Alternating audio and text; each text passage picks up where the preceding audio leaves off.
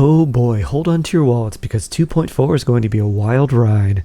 Hey everyone, this video is dedicated to going over the considerations that I haven't seen people talking about when discussing the characters they want for the upcoming 2.4 banners. This isn't meant to dissuade you from pulling on a specific character, just to prepare you for the hurdles that you might have to overcome to get the results you want. I realize that most people have wanted these characters for a long time and that they've already made the decision to pull for them months ago whenever their reruns were to come out. So with that said, I want to arm you with the best info I can that I haven't seen other people talk about. We had 3 limited characters in patch 2.3, we now have 4 limited characters in patch 2.4, who knows, with this trend we might have 5 limited characters when patch 2.5 rolls around. I really hope that's not the case, but since there are more characters than ever this patch, I think we should go over which ones are really worth your Primogems, and there's a lot of things that I want to discuss in this video that I haven't seen anywhere else. So to get started, we'll talk about Shenhe. We don't know much about this icy exorcist just yet, but we do know a little bit about her and what her role is going to be. We can't make any full determinations about her without her numbers, scaling, and testing, but we can make some pretty good judgment calls. Shenhe's role is a cryo damage amplifier. It's a fairly niche role, especially for a 5-star character, and she brings a unique mechanic where she buffs instances of cryo damage rather than buffing cryo damage over a set duration. This is actually pretty unfortunate for her because it means she's much less valuable in AoE situations. The damage buff she grants to other characters lasts for a certain number of hits, but each enemy hit counts as its own instance, and thus it falls off much faster when fighting groups of enemies as opposed to a single enemy. So let's say hypothetically that she gives you 5 stacks of her cryo damage buff. When fighting one enemy, you get 5 instances of buffed cryo attacks. But if you're fighting 5 enemies and you hit them all, you only get 1 instance of buff damage because you hit all of those enemies one time each. This is an important consideration because parts of the Abyss have 15 plus enemies on one side, meaning that you have to use her buff multiple times to be effective against the enemies on that floor. This is also not a condition that other characters with AoE damage have to worry about. However, we do need to do some testing before we make any real conclusions. But another thing that holds her back is she seems tailor-made for cryo teams, but not really good anywhere else. Personally, I think specialized 4-star characters like Goro and Kujosara are fine, but I really want more versatility out of my 5-star characters. So the verdict for Shenhe?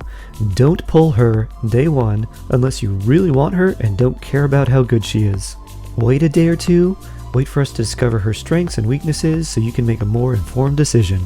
Next up on the list is Xiao. The Dragoon Plunge Emo Glowing Wind Demon is definitely a fan favorite with a very simple style, but Xiao's also a character that is really easy to inflate the numbers on. There are plenty of Xiao videos of him doing over 100, even 200,000 damage per plunge attack. But is this realistic? In a word, no.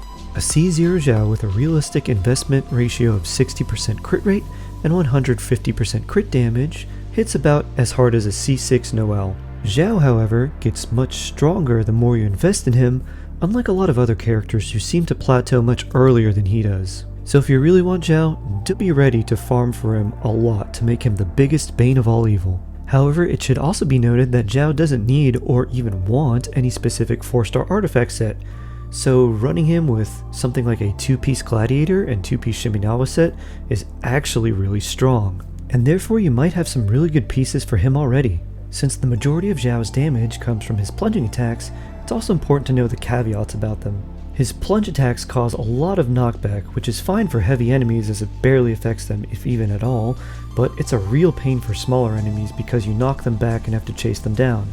This annoyance is compounded when you're facing enemies like Rift Hounds and Spectres, which already fly around all over the place to begin with. It's becoming more and more common to see these enemies in the Abyss, and MiHoYo just keeps making more of them, so we can expect that fighting these annoying enemies will be more commonplace in the future. That being said, some of the new enemies introduced in Inazuma, like the Magu Kenki, have really large collision hitboxes, allowing Xiao to use his collision plunge for an extra attack that procs when he bonks enemies on the head from a plunge. Fighting some of these enemies actually gives Xiao more damage potential, as previous enemies had much smaller collision hitboxes. Whenever you're considering pulling for a character in Genshin, it's always really important to consider what team you're going to put with them and how you're going to build them around what supports or if they're going to be supporting other characters. And this fact is incredibly important with Xiao. Xiao does have some more free-to-play friendly options, including Bennett and Sucrose, But honestly, his best teams are some very limited, very expensive 5 stars. Xiao's biggest downsides are that he needs a lot of energy because he doesn't generate energy from his elemental skill while inside of his elemental burst.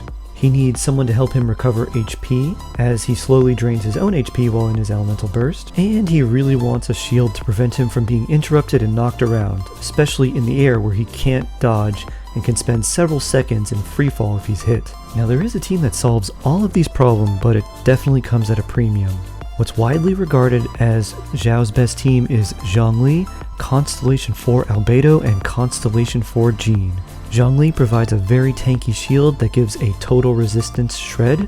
Constellation 4 Albedo provides off-field damage plus 30% plunging attack bonus, and Constellation 4 Jean provides energy, healing, and 40% Anemo resistance shred.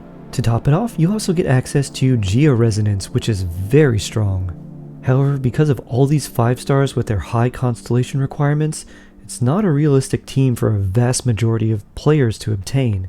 This isn't to say that Xiao is weak with anything other than this team, it's just that we currently don't have any other good combination of units or specific supports for Xiao that solve his problems. I've also heard people say that Xiao has bad single target damage, and this is just another misconception because it's not true. You just have to play him slightly differently. It's really easy to use your elemental skill, then your elemental burst, then jump and plunge over and over and over. But if you're trying to do that against a single target, it definitely seems lackluster. The best way to play Xiao against a single target enemy is to do a charge attack, jump to cancel the charge attack and lag animation, and then plunge from your jump, and then repeat. This will make Xiao's single target damage a lot better, but just don't expect it to be on the same level as someone like Hu Tao. I've also heard a lot of people say that Xiao has been power crept and is no longer top tier, and again, that's just a misconception and it's not true. Xiao has just unfortunately had a series of really bad enemies to fight in the recent Abyss iterations, so people think that he's not that good anymore. However, these last few phases of the Abyss were also really bad for Venti, and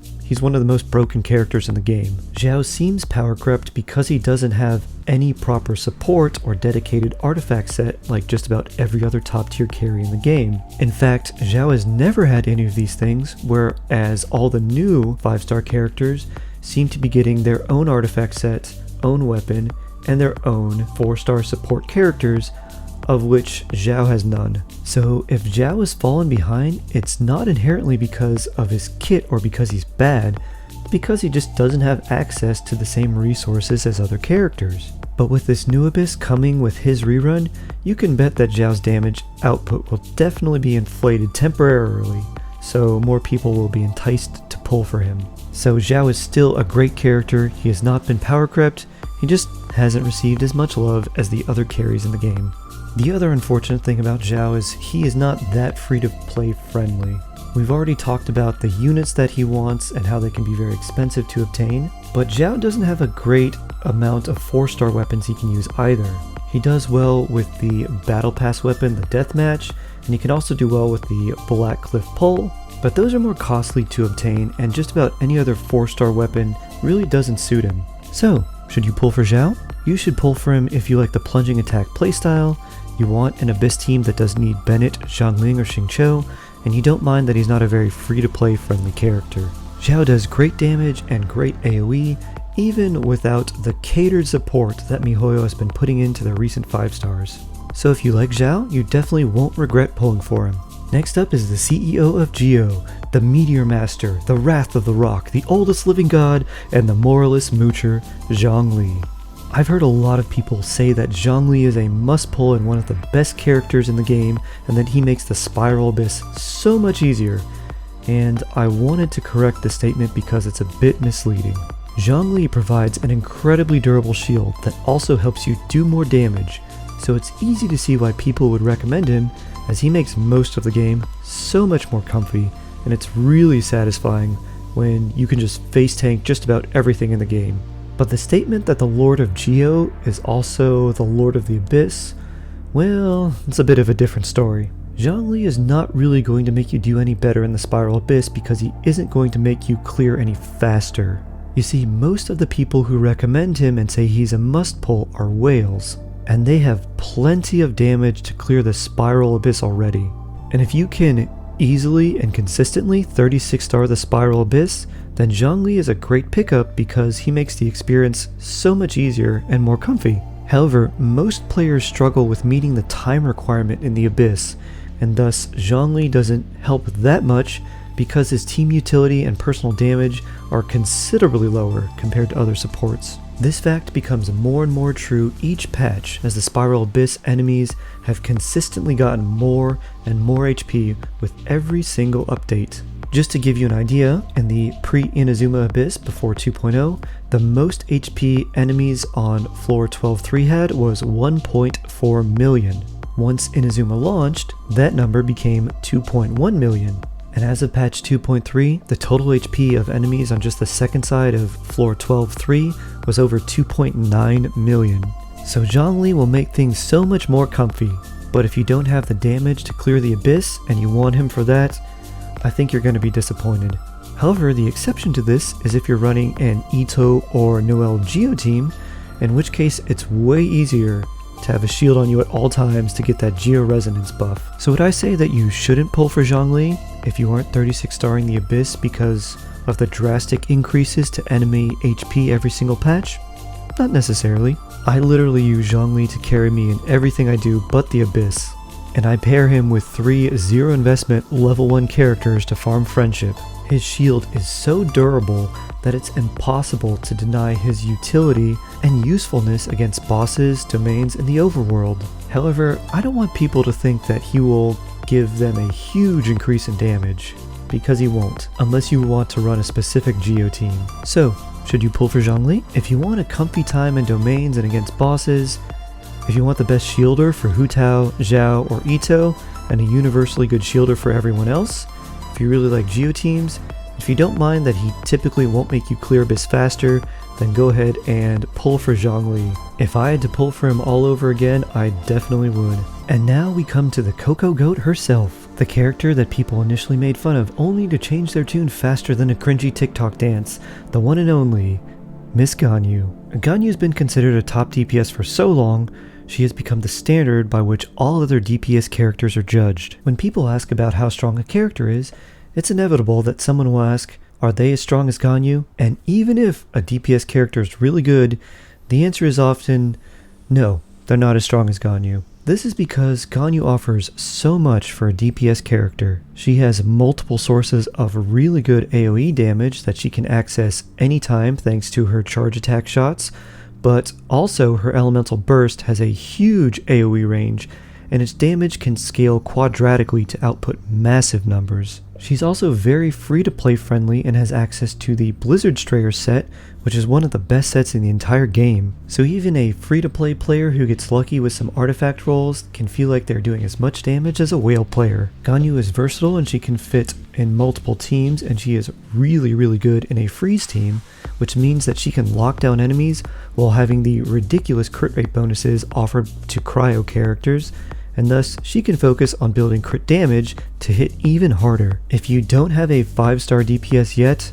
and if you don't have any particular affection to the other characters on these banners, roll for Ganyu. That being said, she is not without her weaknesses. A lot of her damage comes from her aimed shots, and you can miss those, whereas the only way you can miss with other characters is if you're out of range. You don't really have to aim Xiao's plunge attack, you just have to be in the general vicinity and the AoE damage will do the rest. Because a large majority of her damage comes from using the aimed shots and charged shots from a bow, some people find her gameplay boring. This is definitely a matter of personal preference, but if you like shooting rocket launchers at people in other games, you would probably enjoy playing Ganyu. But because of her focus on aim shots in her bow mode, it's much harder to play her on mobile. Aim shots on mobile platforms are honestly just horrendous. And another consideration that I haven't seen other people talk about but is really important are the ways to quote-unquote nerf Ganyu that are coming up. It's not legal for MiHoYo or any gacha company that markets to Asian markets to directly nerf a character.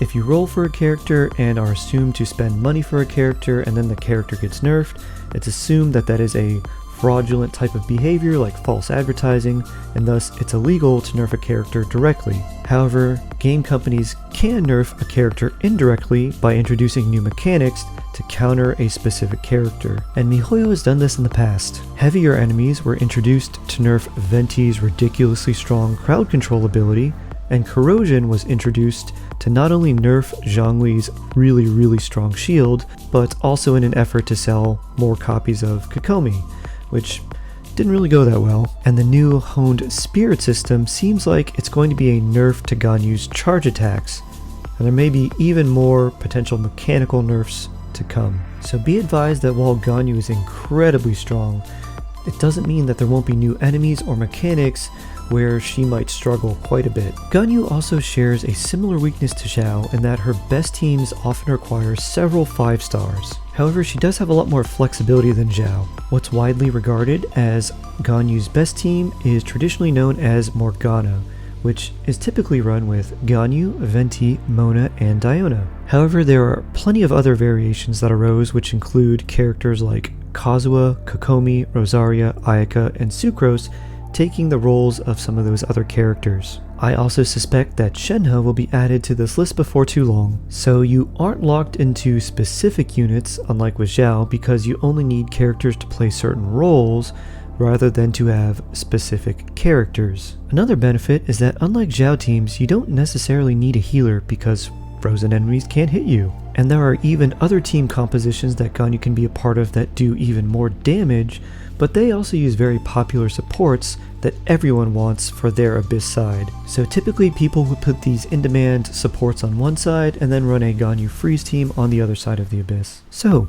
should you pull for Ganyu? You should pull for Ganyu if you need a strong main DPS carry or support for a freeze team, if you need a second DPS for your Abyss runs that doesn't need highly demanded supports like Bennett, Xingqiu, or Zhongling, if you want the most versatile free-to-play 5-star carry in the game, if you don't mind using aim shots and bow charged attacks, and if you don't mind that some of her best teams require specific 5 stars. Now there's a lot to consider here, so I want to go how I would prioritize rolling if you're still not quite sure. I would pull on the Ganyu banner if you don't have a second strong main DPS for Abyss. I would also pull for Ganyu if you don't have a strong main DPS period and just are looking to get your first 5-star DPS character. Not only is Ganyu great, but her banner also includes Xingqiu, Beidou, and Yanfei.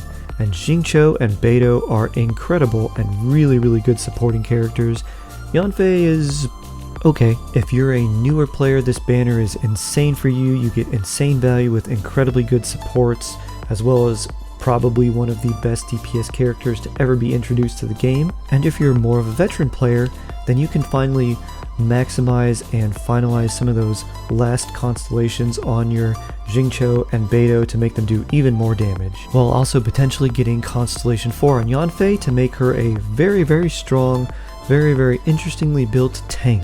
So if you're really looking for a DPS character, the Ganyu banner is the one for you. If you already have plenty of damage and plenty of main DPS characters and can 36 star the Abyss no problem, or at least have the potential to do so, or if you don't care about the Abyss and getting an extra 600 Primogems every couple weeks, then roll for Zhongli. He makes things so much more comfy, and he also has the advantage of having the same great 4-star characters on his banner as Ganyu. I'd prioritize rolling for Xiao if you don't want Ganyu because you don't like her playstyle and you prefer Xiao's playstyle. Xiao can still output major damage, but Ganyu has the damage and versatility, so she ends up getting the edge. However, keep in mind that Xiao does not have any dedicated supports, dedicated artifacts, or signature weapon, so there's a lot more room for him to grow and do even more damage in the future.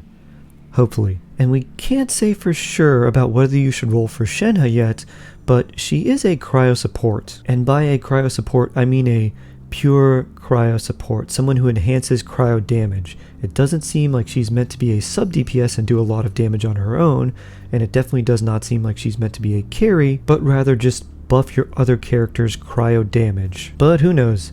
Bennett was sort of meant to be the same thing, and look how broken he is. We really just need to test her, so if you're not 100% all in for Shenhe right now, then I would just wait a couple days before making your decision. So please, take these considerations into mind when wishing on 2.4. Or disregard all of them entirely because Yae Miko's coming in 2.5. It sounds like you'd be more persuaded if you saw me in my fox form. Thanks everyone, I hope you enjoyed this. If you have any questions or comments, please leave them for me down below. I appreciate all of you and look forward to seeing you next time. Take care, friends.